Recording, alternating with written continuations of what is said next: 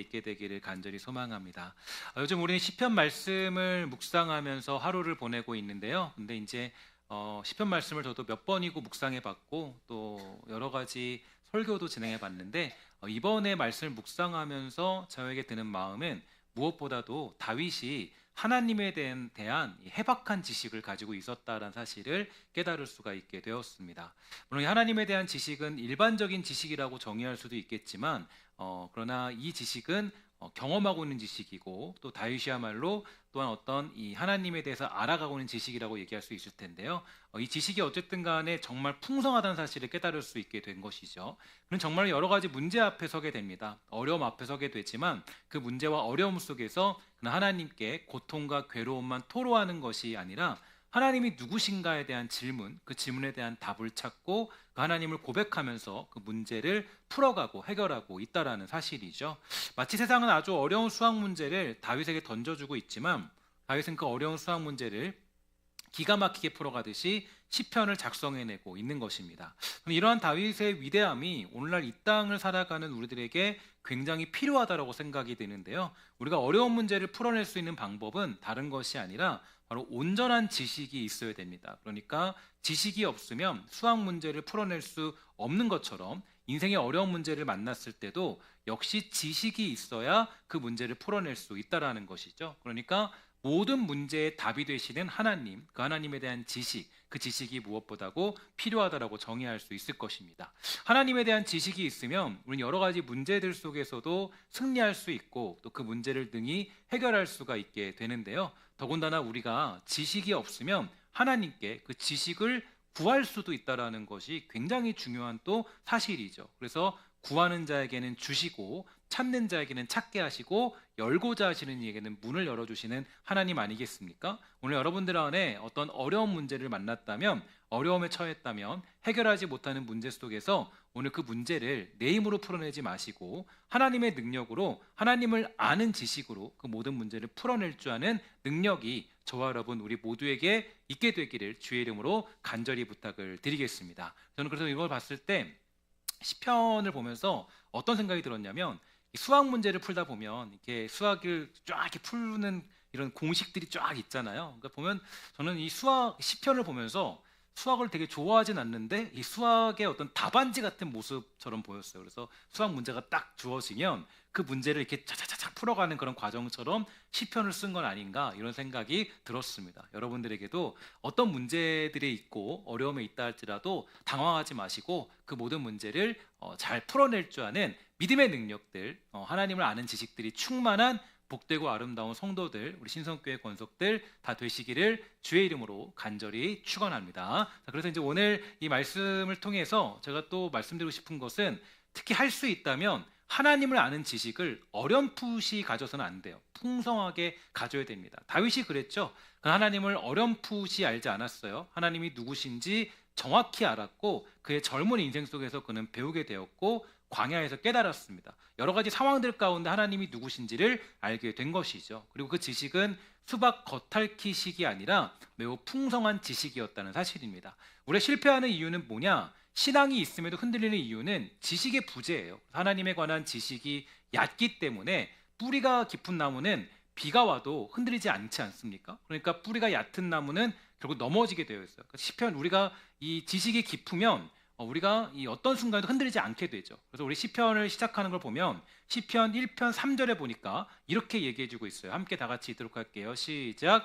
그는 시냇가에 심은 나무가 철을 따라 열매를 맺으며 그 잎사귀가 마르지 아니함 같으니 그가 하는 모든 일이 다 형통하리로다. 아멘. 오직 하나님을 향한 우리의 지식이 풍성하고 깊어져서 주어진 인생을 주 예수 그리스도의 이름으로 풀어내기에 충분한 실력 있는 그리스도인들 다 되시기를 주의 이름으로 간절히 부탁을 드리겠습니다. 자, 우리는 때로는 신앙이라는 이유로 하나님 앞에서 우리의 부정적인 감정이나 고통을 숨겨야 된다라고 오해하곤 합니다. 그러나 시편은 그렇지 않다고 얘기해주고 있죠. 우리의 상한 감정과 탄식을 창조주 하나님 앞에 온전히 쏟아놓은 것은 결국 불신앙이 아니라 피조물인 인간이 창조주 하나님을 향해 행사할 수 있는 최고의 권한이자 가장 위대한 특권이겠죠. 내 영혼이 무너져 내릴 때 세상 그 누구도 내 편이 되지 않을 때 그 처절한 고독과 아픔을 가지고 하나님의 보좌 앞으로 나아가는 것, 그게 바로 시편이 우리에게 가르쳐주는 기도의 영성입니다. 오늘 우리가 살펴볼 시편 12편 역시 이러한 절박한 감정의 토로에서 시작되는데요. 이 본문은 겉으로는 칼과 창이 부딪히는 물리적인 전쟁터가 아니지만 그보다 더 훨씬 끔찍하고 교활한 말의 전쟁이 벌어지는 사회를 배경으로 하고 있습니다. 12편의 정확한 저작 시기를 특정하기는 어렵겠죠. 그러나 표제에 명시된 바와 같이 이 시는 이스라엘의 찬양 인도자들을 위해서 다윗이 기록한 것으로 널리 인정되는데요. 내용을 볼 때에 아마도 다윗의 생애 중에 이 시기가 기록될 만한 역사적 배경을 보면 사울 왕의 궁정에서 겪었던 시기와 질투, 그리고 도액과 같은 자들의 중상모략에 시달리던 때를 우선적으로 꼽을 수 있을 거예요. 아니면 다윗의 통치 후반기 압살롬의 반역 당시에 다윗을 향해서 아첨하던 자들이 하루아침에 등을 돌려서 거짓을 일삼던 극심한 배신의 시기적 배경이 역시 시편이 지어질 당시라고 볼 수 있을 것입니다. 어찌되었든 다윗은 오늘의 시편에서 경건한 자와 충실한 자가 세상에서 자취를 감추고 오직 거짓과 아첨, 그리고 그 두 마음을 품은 자들이 득세하는 부조리한 현실을 바라보면서 깊은 탄식을 내뱉고 있는 장면입니다. 그러나 이 절망적인 애가는 침묵하지 않으시고 즉각적으로 개입하시는 하나님의 구원 선언과 흙 도가니에서 7번 단련된 은처럼 순결한 하나님의 말씀에 대한 압도적인 찬양으로 전환되어지고 있다는 것이 좀 두드러져 볼 수 있는 특징이죠. 오늘 시편의 내용을 통해서 우리에게 주어지는 메시지가 무엇인가 한번 살펴보기를 원하는데요. 첫 번째로 다윗은 타락한 시대의 모습을 상세하게 보여주고 있습니다. 오늘 본문의 시작은 여호와여 도우소서라는 절박한 외침으로 시작되고 있지 않습니까? 그는 주변을 돌아보면서 극심한 영적인 고독에 빠지게 되었어요. 현실을 보니까 하나님께 신실한 사람, 이웃에게 진실한 사람들은 모두 끊어지고 사라진 것만 같은 그런 상황이었습니다. 더군다나 그 빈자리를 채운 것이 뭐냐면 2절에 보니까 이렇게 정의해주고 있어요. 그들이 이웃에게 각기 거짓말을 말하며 아첨하는 입술과 두 마음으로 말하는도다, 이렇게 정의해주고 있는데요. 여기 보니까 다윗은 사회의 붕괴가 근본적으로 어디에 있냐면 언어의 타락에서 기인하고 있다는 것을 폭로하고 있습니다. 즉 무슨 얘기냐면 물리적인 폭력이나 군사적인 전쟁보다 사회 공동체와 영혼에 더 치명적인 게 있는데 그것은 이웃을 향한 거짓과 아첨, 그리고 두 마음을 품은 언어의 무기화라는 사실을 보여주고 있다는 것입니다.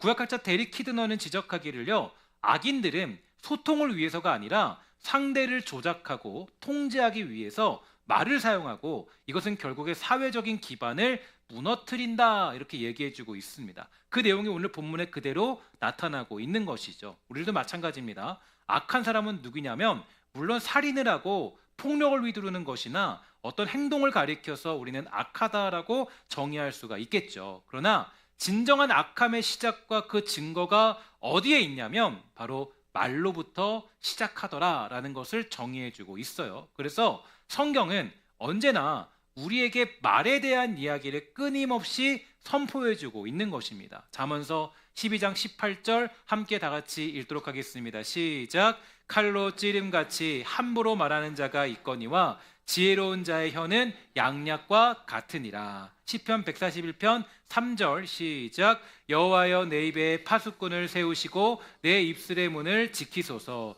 전도서 5장 2절 시작. 너는 하나님 앞에서 함부로 입을 열지 말며 급한 마음으로 말을 내지 말라. 하나님은 하늘에 계시고 너는 땅에 있음이니라. 그런즉 마땅히 말을 적게 할 것이니라. 아멘. 에베소서 4장 29절 보니까 이렇게 얘기해요. 무릇 더러운 말은 너희 입 밖에도 내지 말고 오직 덕을 세우는데 소용되는 대로 선한 말을 하여 듣는 자들에게 은혜를 끼치게 하라, 이렇게 정의해주고 있습니다. 중요한 것은 더러운 말은 너희 입 밖에도 내지 말라라고 얘기하는데 이 입 밖에도 내지 말라는 더러운 말은요, 그냥 우리들이 욕을 하거나 뭐 그런 것들을 얘기하는 게 아니에요. 아첨하거나 아니면 비난하거나 사람에게 선한 영향을 끼치지 않는 모든 말들을 다 포함해주고 있다라는 것이죠. 그러니까 할 수 있다면 우리가 말할 때 그 말이 상대방에게 어떤 영향을 끼칠 것인가를 굉장히 고민을 많이 하셔야 돼요. 그냥 막 막 내가 뭐 죄송한 얘기지만 뭐 뚫린 입이라고 막 하면 안 되는 거예요. 우리가 뭐냐면 어떻게 되냐면 말을 우리는 조심해야 돼요. 말을 우리는요 굉장히 조심해야 돼요. 말을 정말 조심해야 되고 말 한마디가 사람을 죽이는 거예요. 보면은 이제 제가 이 교회를 이렇게 보면은 교회에서 뭐 상처받았어요라고 하는 사람도 있잖아요. 상처받아서 내가 뭐 교회를 뭐 옮긴다거나 뭐 교회를 떠나거나 그런 분도 있지 않습니까? 근데 교회에 상처받았다 그랬을 때 누가 때려서 온 사람은 없어요. 그러니까 누가 때려가지고 상처받았거나 한 대 맞아가지고 여기에 뭐 이렇게 흉터가 남거나 그런 사람은 한 명도 없죠. 다 누구냐면 다 말로 상처받은 거예요. 다 말로. 말 때문에. 말 때문에. 그러니까 뭐냐면 무릇 더러운 말은 너희 입 밖에도 내지 마라. 그러니까 이게 뭐냐면 악인의 특징들이에요. 악한 사람들은요 말을 막 해요. 그러니까 악한 사람, 하나님이 없는 사람들은요 말을 막 하죠. 그러나 하나님과 관계가 있고 하나님하고 깊은 신뢰가 있는 사람들은 말을 잘 안 해요. 오히려 말을 많이 안 하는 게 좋아요. 오히려. 그러니까 뭐냐면 내가 대부분 내가 말하다 보면 대부분 말은 대부분 이게 생각 없이 한번 쫙 필터를 걸리지 않고 나오잖아요. 그러면 대부분 그 말은 이게 좋지 않게 흘러갈 때가 많이 있습니다. 제가 이제 설교를 준비할 때도 설교자들도 많은 스타일이 있는데 많은 사람들은 이제 어떤 사람들은 이제 설교문을 할 때 설교문을 만들지 않는 사람들도 있어요. 설교문이 없는 사람도 있고 설교문을 작성 안 하는 사람도 있는데 저는 사실 설교문 없이도 설교할 수 있거든요. 있는데 근데 설교문을 항상 이제 만들고 항상 모든 것들을 최상의 컨디션으로 설교문을 만드는 게 제가 이제 하는 스타일이에요. 그래서 설교문 시간이 조금 오래 걸리기도 하는 이유가 저는 이제 거의 최상의 스타일로 말할 수 있는 모든 것들을 다 거기서 딱 거쳐지게 모든 걸 만들어 놓은 스타일인데 이렇게 하는 이유가 있어요. 뭐냐면 그러니까 말을 그냥 이렇게 하다 보면 그 말이 그 문장조차도 누군가에게 상처를 줄 때가 있거든요. 누군가에게 아픔을 줄 때도 있고 누군가에게 어떤 좋지 않은 말이 막 나올 수도 있어요. 그래서 하여튼 이런 설교문들을 되게 조심히 준비하는 이유도 거기에 있습니다. 그러니까 말이라는 건요 항상 조심해야 돼요. 항상 하나님 앞에서 조심해야 돼요. 그러니까 이 말로 우리의 악함을 결정짓는 굉장히 중요한 근거가 되기 때문이에요. 그래서 예수 믿고 여러분들이 가장 먼저 신경 써야 될 것은 내 말이 어떻냐, 내 언어가 어떻냐, 자녀를 향한 내 언어, 내 어떤 주변의 식구들을 향한 내 언어, 내 삶을 향한 언어. 그러니까 그런 분들 많이 계시잖아요. 내가 예수는 믿는데 교회는 다녀요. 사람들이 다 얘기해요. 저분 권사님이시래. 저분 뭐 아니면 뭐 우리 교회 뭐 20년 다녀셨대. 어디 교회 어디 교회 뭐 집사님이시래. 다 소문은 나 있어요. 근데 이상하게도 이게 말이 안 되는 거예요. 말이 안 되면 결국 그 모든 게 다 의미가 사라지는 거예요. 되게 위험한 거죠. 그러니까 이 오늘 시편에서도 얘기하기를 악한 사회의 특징은 악한 자들의 특징은 어디 있냐면 말에 있어요. 말에. 구체적인 말들이 있는데 특히 그 말 중에서 어떤 말이 있냐면 두 마음으로 말한다. 2절에 보니까 두 마음으로 얘기해요. 두 마음으로. 두 마음은 변덕 이상의 개념으로 의도된 위선입니다. 위선을 가리키는데 이 두 마음으로 하는 말은 결국 공동체를 해체하는 힘을 가지고 있다라고 본문은 말해주고 있어요. 다시 말해서 진실하지 않은 사람의 말은 공동체를 무너뜨리게 되는데 그 구체적인 내용이 뭐냐? 바로 거짓과 아첨이 된다라고 정의해주고 있습니다. 그래서 이 언어의 타락의 정점이 뭐냐면 4절에 보니까 이렇게 되어져 있습니다. 그들이 말하기를 우리의 혀가 이기리라 우리 입술은 우리 것이니 우리를 주관할 자가 누구리요 하미로다 라고 얘기해주고 있죠. 그러니까 무슨 얘기냐면 자신들이 하는 무력이 아니라 악인들은 무력이 아니라 자신들의 거짓말, 선동, 교묘한 혀의 논리로 세상을 정복할 수 있다라고 얘기해주고 있는 거예요. 그러니까 보면 선동하는 거 진짜 좋지 않은 이유가 선동이 대부분이 뭐냐면 그게 악한 감정에 나오는 것이 있고 하나님이 기뻐하지 않는 게 선동이거든요. 어쨌든 이 우리의 입술은 우리 것이니까 우리를 주관할 자가 누구냐 이렇게 얘기하는데 이거는 뭐에서 근거한 거냐면 창세기 3장에서 에덴 동산의 뱀이 속삭였던 교만의 연장선과 이 바벨론을 이렇게 쌓는 바벨탑을 만드는 그런 어떤 과정 속에서 나오는 말과 똑같은 거죠. 그래서 하나님의 통치권을 전면 부정하고 자신이 스스로 창조주이고 재판관이 되겠다라는 노골적인 자율성의 선언이 담겨져 있는 것이 이 고백이라고 얘기할 수가 있는 것입니다. 오늘날 우리가 살아가는 세상도 이와 다르지 않죠.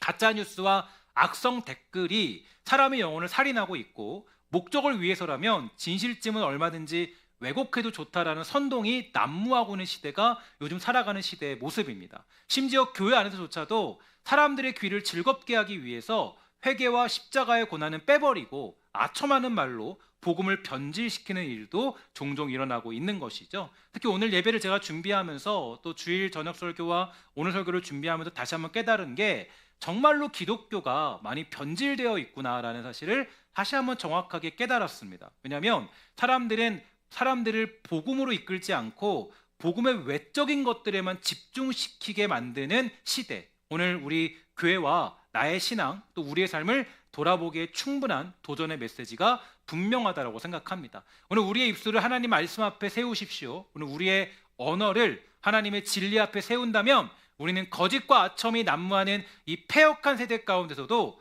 거룩하고 순결한 성도의 삶을 살아낼 수 있을 줄 믿습니다. 축복하는 것은 여러분들의 모든 입술을 하나님께 맡길 줄 아는 믿음이 우리 모두에게 있게 되기를 주의 이름으로 간절히 부탁을 드리겠습니다. 두 번째로 다윗은 영혼의 유일한 피난처인 도가니에서 단련된 순결한 하나님의 말씀을 선포해주고 있어요. 악인들이 혀로 세상을 지배하려 하고 스스로 주인이 되려고 할 때 가난하고 눌린 자들은 고통 속에 신음하게 되죠. 바로 그때 방관하시는 것 같던 하나님께서 마침내 침묵을 깨고 5절에서 선포하고 있습니다. 함께 다 같이 5절 말씀을 읽도록 합니다. 시작. 여호와의 말씀에 가련한 자들의 눌림과 궁핍한 자들의 탄식으로 말미암아 내가 이제 일어나 그가 원하는 안전한 지대에 두리라 하시도다. 아멘.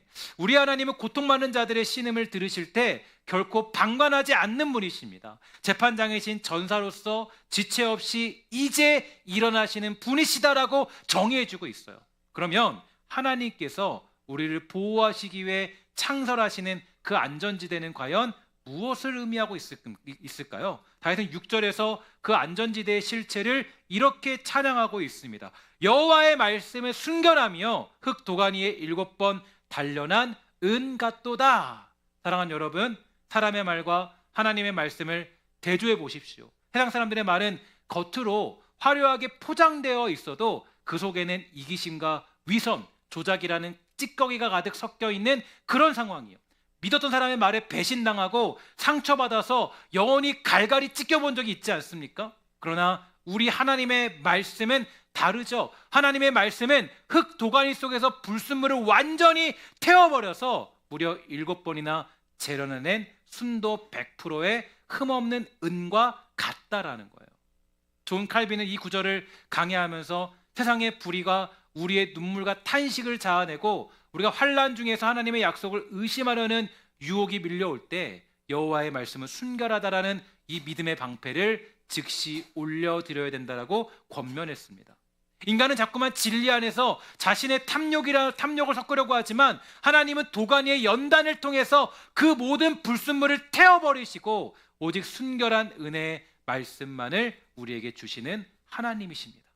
하나님의 약속에는 숨겨진 의도도 여러분을 이용하려는 기만도 없어요. 거짓과 속임수가 판치는 이 땅 속에서 우리가 살 길은 인간의 달콤한 위로나 아첨에 기대는 것이 아니라 거짓을 걸러내는 영적 필터인 여호와의 순결한 말씀 속으로 온전히 도피하는 것입니다. 그래서 우리는 매일같이 하나님의 말씀을 깊이 묵상할 필요가 있는 거예요. 그 말씀을 읊조리며 그 말씀을 깨달아야 됩니다. 그냥 성경을 단 한 번 읽는 것으로 만족하면 안 돼요. 성경 한 절 한 절을 곱씹으면서 내 영혼에 새기고 마음에 새겨야 됩니다. 왜냐하면 그 말씀만이 유일한 완벽한 말씀이기 때문에 사람의 말로 하루를 시작하지 마십시오. 인간의 말로 하루를 시작하지 마세요. 하나님의 말씀, 완벽한 그 하나님의 말씀으로 하루를 시작해야 됩니다. 시편 5편 3절에 보니까 다윗이 얘기하기를 여호와여 아침에 주께서 나의 소리를 들으시리니 아침에 내가 주께 기도하고 바라리이다. 다윗은 하루를 자기 계획과 자기 생각으로 시작하지 않았습니다. 하나님의 임재로 하루를 시작했다라는 거예요. 그러니까 다윗은 많은 문제를 만났지만 그 많은 문제들 가운데 흔들리지 않던 이유가 사람의 말에 기울이지 않고 하나님 말씀에 귀를 기울였기 때문에 그는 흔들리지 않았던 거예요. 여러분, 우린 너무나도 쉽게 사람 말에 끌려다니고 있지 않아요? 여호수아 1장 8절에 보니까 다음과 같이 얘기해주고 있어요. 함께 다 같이 읽습니다. 시작. 이 율법책을 내 입에서 떠나지 말게 하며 주야로 그것을 묵상하여. 아멘. 여기서 묵상하다라고 번역된 히브리어 하가는요, 단순히 머릿속으로 생각하는 것이 아니에요. 원래는 낮게 중얼거리다 계속 읊조리다는 뜻을 여기에 담고 있습니다.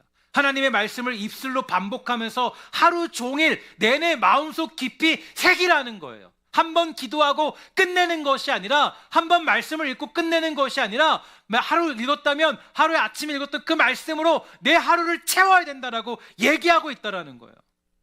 하나님은 여호수아에게 너 말씀 많이 읽어라 라고 얘기하지 않고, 말씀이 네 안에 살아 움직이도록 계속적으로 되새겨라. 그 말씀을 되새겨라.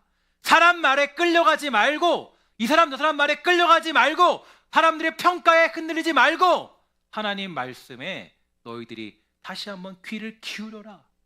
왜냐? 하나님 말씀은 100% 그 도가니 위에서 재련된 은과 같은 말씀이니까. 영양가 없는 사람의 말에 흔들리지 말고, 그래서 말씀을 계속적으로 묵상해야 된다라고 말씀하십니다. 생각해보면 여호수아가 그 처음에 리더자가 되었을 때 얼마나 많은 말이 있었겠어요. 야, 저 젊은데 할 수 있겠어? 아니, 모세 다음에 저 사람 할 수 있겠어? 아니, 모세같이 대단한 사람 다음에 제가 뭘 할 수 있어? 막 사람들이 비웃었을 거 아니에요. 근데 그러한 중에 제가 집중해야 될 것은 뭐냐면 하나님 말씀인 거예요. 보면 어떤 일을 감당할 때 하나님께 집중하는 게 중요해요. 저도 사역을 하다 보면요, 여러 가지 것들이 막 흔들릴 때가 있어요. 뭐 이런 얘기, 저런 얘기, 저런 얘기, 저런 뭐 다 들릴 때가 있어요. 근데 그때 하나님이 저에게 말씀하시는 건, 야, 나의 말에 집중해라. 사탄은 자꾸 우리를 공격해요. 하나님 말씀에 집중 못하게. 보면 이상하게도 예배드리러 오면 갑자기 생각나는 게, 집에 가스불 내가 지금 켜놨나? 내가 두고 온 거 아니야? 에어컨 켜놓고 온 거 아니야? 갑자기 생각나고 갑자기 막 그러고, 내가 불 켜놓고 온 거 아닌가? 하나님 말씀에 집중하는 모습이 필요해요. 청교도들은 특히 이 말씀을 깊이 새겨야 된다라고 얘기해주고 있는데, 그들은 얘기하기를 성경을 많이 읽는 것보다 한 절이라도 마음에 새기는 게 중요하다고 가르쳤습니다. 왜냐하면 성경은 지식을 쌓기 위한 책이 아니라 사람을 변화시키는 하나님의 살아있는 말씀이기 때문이에요. 토마스 왓슨도 이렇게 얘기합니다. 성경을 너가 빨리 읽는 것보다 한 절을 깊이 묵상하는 것이 너의 영혼을 더욱더 풍성하게 한다. 이 사람들도 얼마나 많이 성경을 읽었겠어요. 근데 얘기하기를 한 절을 깊이 하루 동안 읽으면서 그거를 아주 되새기면서 그 말씀을 새기며 다른 말씀에 귀 기울이지 말고, 하나님이 지금 하는 말에 귀를 좀 기울여라. 하나님이 뭐라고 하시는지 다른 것들 신경 쓰지 말고. 우리 그리스도인들 성도들이 이상하게 관심이 너무 많아요. 세상에 하나님 말씀보다 다른 건 다 하면서 하나님 말씀은 묵상하지 않아요. 주일에 한 번, 가장 중요한 말씀이라고 얘기하지만 정말 가장 중요한 것인가? 리처드 백스터라는 되게 유명한 청교도 목회자가 있는데, 그분은 이렇게 얘기해요. 하루의 첫 시간을 하나님께 드리면 그 하루 전체가 하나님께 드려진다. 이 얘기는 하루 첫 시간을 뭐 그냥 규범적으로 지켜라가 아니라, 하루의 시작을 쓸데없는 짓 하지 말아라. 그러니까 이 훈련이 바로 마음의 주인을 먼저 결정하는 행위라는 거예요. 근데 우리 보통 일어나면 다 어때요? 일어나면 다 그냥 하나님 말씀보다, 그죠? 다른 것들 더 집중하잖아요. 다른 것들. 뭐 보면 그 악한 그 사단이, 되게 사단이 교묘해요. 교묘한 게, 예전에는 TV로 그렇게 우리 교육시키잖아요. 아침 일어나면 막 TV로 다 뭐 남편들 다 어디 가요? 다 이상한데 막 그 바람 피고 있고 막, 그죠? 그래서 보면은 집에 오면 다 남편들의 그 아내가 물어보잖아요. 오늘 어디 갔다 왔어? 일하고 왔는데, 그죠? 왜 아침에 본 게 뭐예요? 아침에 본 게 그 아침 드라마가 다 뭐예요? 다 남편들 바람 피고 있는 거잖아요. 보면요. 그러니까 다 교육이 그래요. 요즘엔 또 더 너무 편하게 보잖아요. 유튜브 같은 걸로 보잖아요. 유튜브를 보면 다 이 나라는 다 사기꾼들만 있는 것 같고, 그죠? 다 뭐 세상이 다 망할 것 같고 막. 좀 거기에 보지 마시고, 볼 수 있죠. 근데 보지 마시고 하나님 말씀에 좀 귀를 기울여야 돼요. 말씀에 하나님 뭐라고 얘기하시는지, 하나님 너에게 지금 나에게 뭐라고 얘기하시는지, 그 완전한 하나님이 지금 나에게 어떤 걸 말씀하시는지.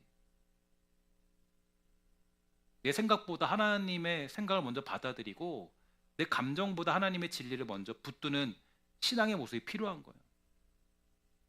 여러분, 세상의 목소리가 내 마음을 지배하기 전에 하나님의 말씀이 내 영혼을 다스리게 하셔야 돼요. 그저 성경을 한번 읽었다는 사실에 만족하지 마십시오. 한 절이라도 붙드는 훈련, 하루하루. 그러니까 제가 말씀 묵상을 여러분에 강조하는 이유가 어디냐면, 그러니까 말씀 묵상이 성도의 기본이에요. 기본. 하루에 말씀 묵상을 시작하는 건 기본이에요. 기본.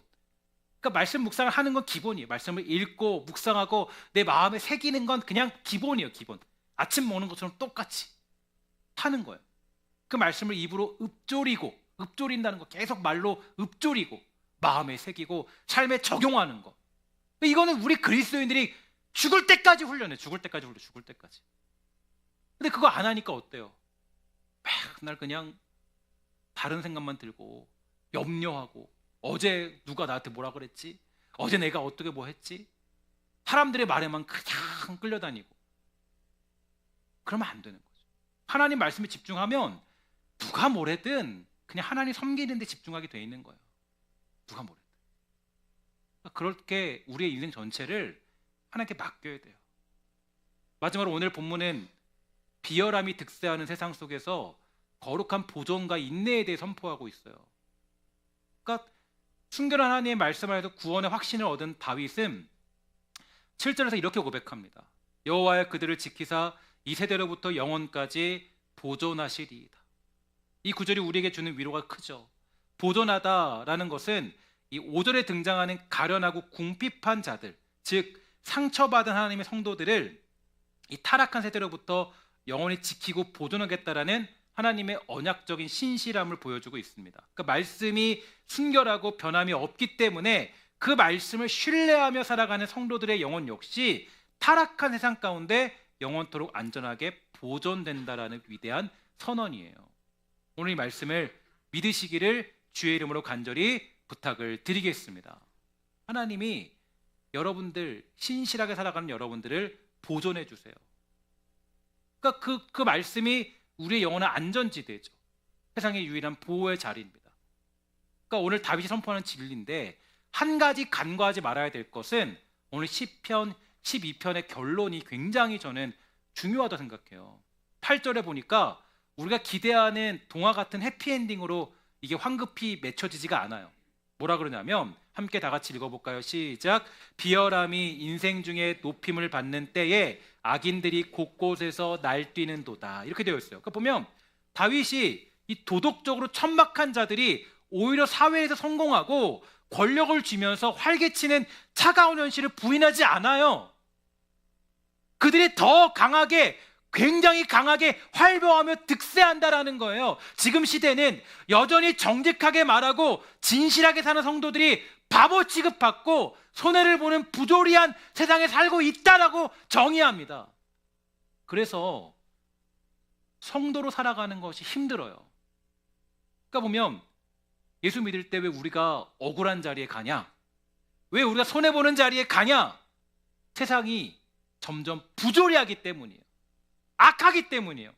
악한 자들이 부조리하기 때문이죠. 그래서 우리가 성도답게 살아가면 억울한 자리에 설 수밖에 없고, 성도답게 살아가면 세상이 악해지면 악해질수록 손해보는 자리에 갈 수밖에 없습니다. 그리고 그러한 자리에 가다 보면 뭐가 있어요? 마음에 힘듦과 어려움이 찾아오는 게 분명하죠. 내가 이렇게까지 해야 되나? 하나님 섬기기는 하지만 세상에서는 좀 악하게 살아도 되는 거 아닌가? 하지만 놀랍게도 다윗의 심령은 더 이상 1절의 절망에 머물러 있지 않아요. 비열함이 지배하는 세상 한복판을 걸어가면서도 다윗은 요동하지 않습니다. 자신을 영원토록 보존하신 하나님의 순결한 말씀을 심령에 굳게 품었기 때문에 세상이 뭐라 하든, 세상이 악한 자가 있든, 100명 중에 99명이 다 악하고 나 혼자만 하나님 믿고 있어도 나는 여전히 순전한 하나님 말씀을 의지하며 굳건하게 예수 믿는 자답게 진실되고 신실하게 살아가겠다라는 결단이 여기에 담겨져 있고, 하나님은 그러한 자를 당연히 보존하실 것이다라고 우리에게 약속해주고 있다라는 사실입니다. 그래서 개요리 문답을 보면요, 144문과 145문에서 이렇게 얘기합니다. 제9계명에서 요구하는 의무는 뭔가 보니까, 그 의무는 사람과 사람 사이의 진실을 보존하고 증진시키며 우리 자신과 이웃의 명예를 보존하고 증진시키는 것인데, 특히 공적인 재판정에서 증언할 때 더욱 그러해야 된다. 또한 바른 일을 위하여 나서서 진실을, 그리고 오직 진실만을 마음에서 우러나와 성실하고 자유롭게 분명하게 남김없이 말하는 것이다. 이웃에 대하여서 잘 보세요. 너그럽게 평가하고 그들의 명예를 사랑하고 바라며 기뻐하고 그들의 연약함을 슬퍼하며 덮어주고 무지한 자를 기꺼이 인정하며 방어하고 정당한 칭찬을 속히 받아들여주며 험담이나 아첨이나 중상모략을 막아주는 것, 이게 우리 역할이라는 거예요. 우리 자신의 정당한 명예를 지키고 변호하며 합법적인 약속을 지키며 무엇이든지 참되고 훌륭하며 사랑스럽고 평판이 좋은 것을 생각하고 실천하는 것이다. 세상이 악하든 비열한 자가 득세하든 누가 뭐라고 하든 세상이 다 별짓을 다 해도 너는 이웃을 사랑하는 그 자리에서 이렇게 살아야 한다라고 얘기해주고 있어요. 또 구체적으로 얘기하면 너희들이 금하는 죄가 있다. 보세요. 제9계명에서 금하는 죄는 뭔가 보니까, 제9계명에서 금하는 죄는 진실을 해치고 우리 자신과 이웃의 명예를 훼손하는 모든 것인데, 특히 공적인 재판에 그러하다. 구체적으로 보면은 이렇다. 거짓 증거를 하는 것, 위증하도록 사람을 꾀는 것, 악한 원인을 옹호하기 위해 고의로 나서는 것, 무조건 진리를 반대하여 입을 여는 것, 불의한 판결을 내리는 것, 선을 악이라 하고 악을 선이라 하는 것, 의인에게 악인의 행위들을 보상하는 것, 위조하는 것, 진실을 감추는 것, 정당한 책망을 할 때 부당하게 침묵하는 것, 진실을 말할 때 입을 다무는 것, 악의를 품고 말하는 것, 진실을 말하되 그릇된 목적을 가지고 하거나 그 의미를 왜곡하여 과장하거나 축소하는 것, 거짓말, 비방, 험담, 중상모략, 조롱, 헐뜯기, 수군거림, 조소, 욕설, 성급하고 가혹하고 편파적인 비판, 남의 의도와 말과 행동을 오해하고 곡해하는 것, 아첨, 헛된 자랑, 남의 약점을 필요이상으로 들춰내는 것, 거짓 소문을 퍼뜨리거나 받아들이는 것, 정당한 변호의 귀를 닫는 것, 남이 마땅히 받아야 할 칭찬을 시기하거나 깎아내리는 것, 다른 사람의 불행이나 악행을 기뻐하는 것, 합법적인 약속을 어기는 것, 남의 말을 엿듣는 것, 나쁜 소문을 퍼뜨리는 등 이웃과 우리 자신의 좋은 명예를 손상시키는 모든 말과 행동, 그게 다 금하는 죄라는 거예요. 제가 이걸 보면 느꼈던 게 뭐냐면, 성도가 단순히 거짓말을 피하는 데 그치는 게 아니라 적극적으로 우리가 해야 될 일은, 이 비열함이 판치는 시대 가운데 해야 될 일은 적극적으로 진실을 보존하고 이웃의 명예를 지키며 아첨과 헛된 자랑을 단호히 배격해야 된다고 가르쳐주고 있는 것이에요. 세상이 괜찮기 때문에, 너의 주변에 좋은 사람이 있기 때문에, 너의 주변에 괜찮은 상황이 있기 때문에 그렇게 하는 것이 아니라, 하나님이 너를 보호하실 것이고 진실과 공의로 너를 인도하실 것이기 때문에 너희들이 살아가야 될 때, 너희는 사람이 뭐라고 하든 상황이 어땠든 비열한 사람이 판을 치든 너희들이 해야 될 일은 뭐냐면, 그리스도인답게 더욱 진실하게 살아라. 더욱 진실되게 신실하게 살아라. 세상의 평가에 눌리지 말고 그들의 공격에 억눌리지 말고 여전히 그리스도인답게 너희는 힘을 다하여 살아라라고 우리에게 얘기해주고 있는 것이에요. 중요한 건, 저는 이 말씀을 읽으면 어떤 마음이 들었냐면, 비열함이 강해질수록, 정의가 실현되지 못할수록 우리가 할 일은 세상에 대한 반항이 아니에요. 폭동을 일으키는 게 아니에요. 으쌰으쌰 하면서 세상을 비관하거나 운동을 하는 것이 아닙니다. 우리가 할 일은 더욱 그리스도인답게 주어진 인생을 신실하게 진실하게 살아가는 거라고요. 그게 그리스도인들의 가져야 될 모습이에요. 세상이 악해졌습니까? 세상이 정말로 비열해졌어요? 우리 다 얘기하기를, 세상을 향해서 얘기합니다. 야, 이놈의 세상 이제 망할 것 같다. 이런 말도 안 되는 세상 가운데 손가락질을 많이 하지만 우리가 할 일은 뭐냐고 얘기하냐면, 다윗이 얘기하기를 그거 아니다. 너희들이 할 일은 비열함이 판치는 시대 속에서도 여전히 우리를 보존하신 하나님을 의지하며 두려워하지 말고 그리스도인답게 더욱 신실하고 진실하게 거룩하게 살아가는 삶을 살아내라. 이게 우리에게 주어지는 시편의 가장 중요한 오늘 본문의 내용이 되는 것입니다. 중요한 것은 문제가 있다고 그것을 비난하고 어떤 거기에 대해서 공격하는 것에 힘을 쏟는 게 아니라 그리스도인답게 사는 것이 더 중요하다라는 거. 우리는 누군가를 손가락질하는 걸 좋아하죠. 저 사람이 문제야, 저게 문제야, 나라가 문제야. 이번에도 우리 축구를 보면서도 느끼잖아요. 보면 다 감독 욕하고 축구협회 욕하고 속으로 속상해서 그럴 수는 있겠죠. 그러나 그 비난이 굉장히 도를 넘잖아요. 우리는 정말 보면 비난하고 손가락질하는 거 정말 좋아해요. 근데 성경은 뭐 얘기하냐면, 얘기하는 건 뭐예요? 거기에 신경 쓰지 말고 너나 잘해라. 너나 잘해라. 누구 얘기하지 말고 너나 잘해라. 이게 성경이 주는 메시지예요. 우리 보면 우리는 남들의 관심이 너무 많아요. 세상에 관심이 너무 많아요. 야, 뭐 어쩌고저쩌고. 성경이 얘기하는 거예요. 하나님이 얘기하는 거예요. 너가 억울한 자리인 거 내가 다 알고 있다. 내가 이 악한 일을 모르는지 아냐? 다 알고 있다. 너 그러니 나를 믿고 억울한 일이 있어도, 비열함이 판을 쳐도 더욱 신실하게 진실하게 그리스도인답게 이웃을 사랑하며 그들의 명예를 보존해주며 살아가는 것이 너에게 주는 의무와 사명이고 그리스도인의 자세라는 거예요. 그러니까 우리가 보면 교회나 예수 믿는 사람들 모두가 다 잘못하고 있는 게 다 남들 관심이 많아요.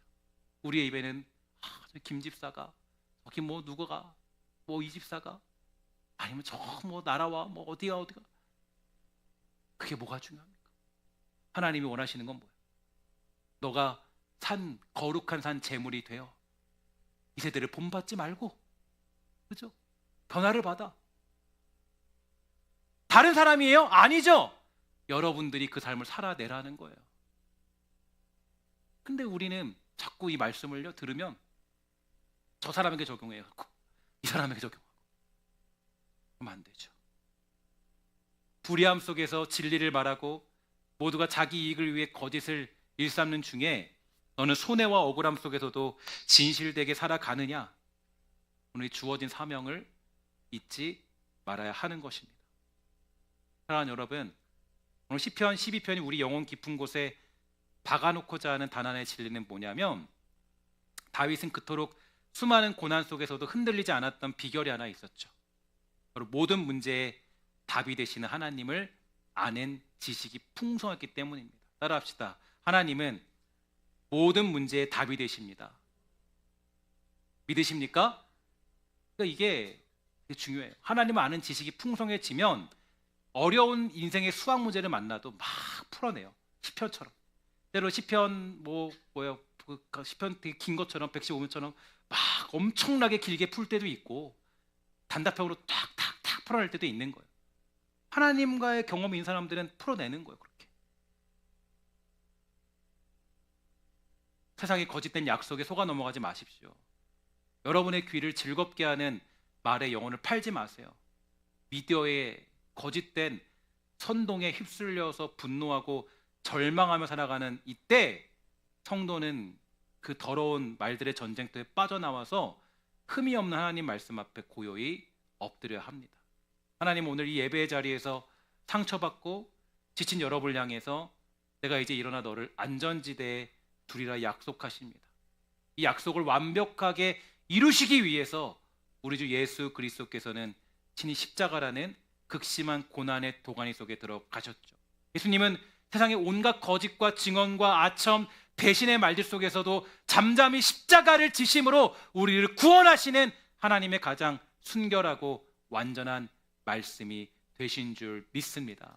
이 변함없는 진리의 말씀에 여러분의 인생의 닻을 깊이 내리십시오. 우리의 입술을 십자가의 볼로 씻어내서 거짓과 아첨의 언어가 아니라 살리는 언어, 생명의 언어, 진실의 언어로 바꿀 수 있는 한 주가 되시기를 주의 이름으로 간절히 부탁을 드리겠습니다. 비록 세상에 비열한 자들이 득세하는 것처럼 보일지라도 여호와의 순결한 말씀이 여러분을 이 세대로부터 영원토록 굳게 보존하여 주실 줄 믿습니다. 그 확신 가운데 이번 한 주간도 말씀의 능력으로 넉넉히 승리하는 실력 있는 그리스도인들, 풍성한 지식의 사람들 다 되시기를 주의 이름으로 간절히 부탁을 드립니다. 기도하겠습니다.